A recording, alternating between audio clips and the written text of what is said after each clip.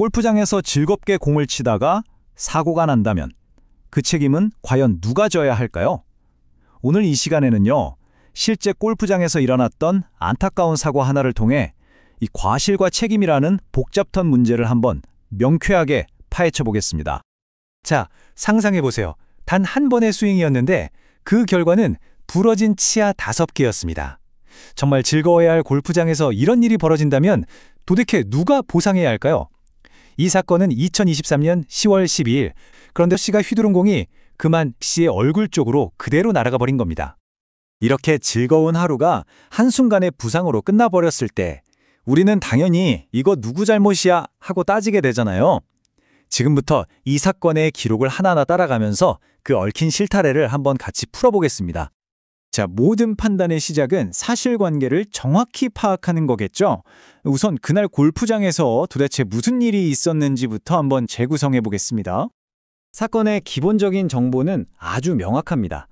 두 번째 샷을 치는 과정에서 사고가 났고 공을 친 사람의 앞쪽 왼편에 있던 피해자가 큰 부상을 입었다. 여기까지는 관련된 사람들 모두가 동의하는 사실이에요. 근데 문제는 바로 여기서부터 시작됩니다. 그냥 단순한 사고처럼 보였던 이 일이요, 관련된 사람들의 말이 완전히 엇갈리면서 그야말로 진실공방으로 번지기 시작합니다. 과연 누구의 말이 사실일까요? 이 사건의 핵심을 보면 이렇게 완전히 반대되는 두 주장이 맞서고 있습니다. 피해자는 아무런 경고도 못 들었다고 주장하고 반면에 캐디는 분명히 뒤로 물러나라고 말했다고 하는 거죠. 그런데 말이죠, 여기서 아주 결정적인 증언이 하나 나옵니다. 바로 근처에 있던 다른 팀의 캐디가 그 경고 소리를 들었다고 증언한 거예요. 이 증언 때문에 법원에서는 캐디가 실제로 안전 지시를 했을 가능성이 높다고 보게 됩니다. 자, 그럼 캐디가 경고를 했다고 가정해 봅시다. 그럼 이 책임은 전부 경고를 무시한 피해자한테 있는 걸까요? 그렇게 간단한 문제가 아닙니다. 이 사건의 책임을 제대로 따지려면요, 공을 친 골퍼, 경고를 한 캐디, 다친 피해자, 그리고 캐디를 고용한 골프장까지 이 네 주체의 행동과 책임을 모두 꼼꼼히 살펴봐야 합니다. 자, 책임을 나누기 전에 먼저 법이 이 각자에게 어떤 행동을 기대하는지 알아볼 필요가 있어요.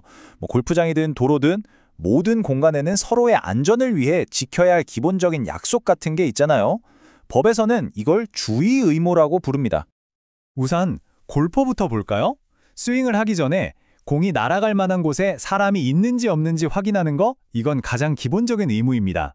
하지만 법률 전문가들은 이 사건의 골퍼가 피해자가 위험한 위치에 있는 걸 알면서도 스윙을 했다고 지적해요.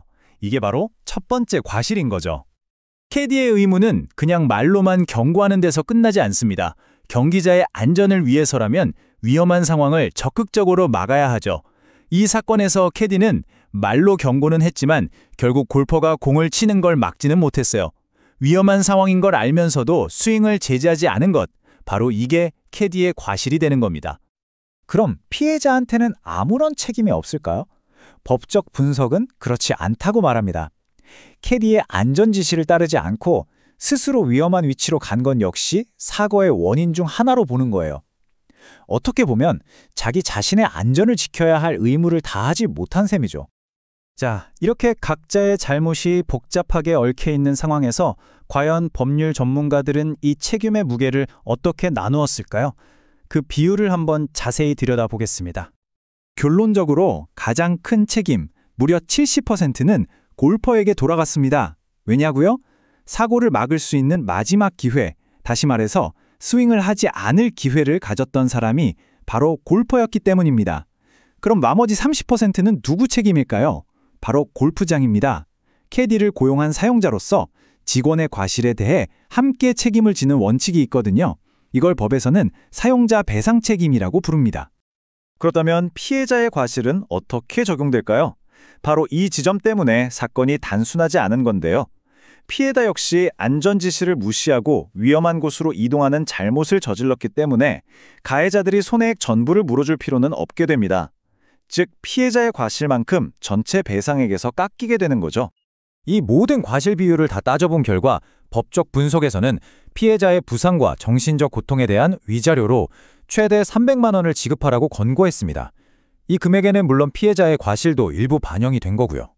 이 사고 하나가 우리에게 남긴 교훈은 뭘까요? 이 사건을 통해서 우리가 골프장을 넘어서 일상생활에서 얻을 수 있는 더 큰 그림을 한번 정리해 보겠습니다. 이 사건은 우리 모두에게 아주 분명한 메시지를 줍니다. 골퍼는 자기 행동에 최종 책임을 져야 하고, 캐디 같은 안전관리자는 그냥 경고만 하는 게 아니라 적극적으로 위험을 막아야 합니다. 그리고 골프장 같은 시설 운영자는 직원과 시설 안전 전체를 책임져야 하죠. 결국 우리 모두가 서로의 안전에 주의를 기울여야 한다는 아주 기본적인 이야기입니다. 그러니까 우리가 꼭 기억해야 할 핵심은 바로 이겁니다.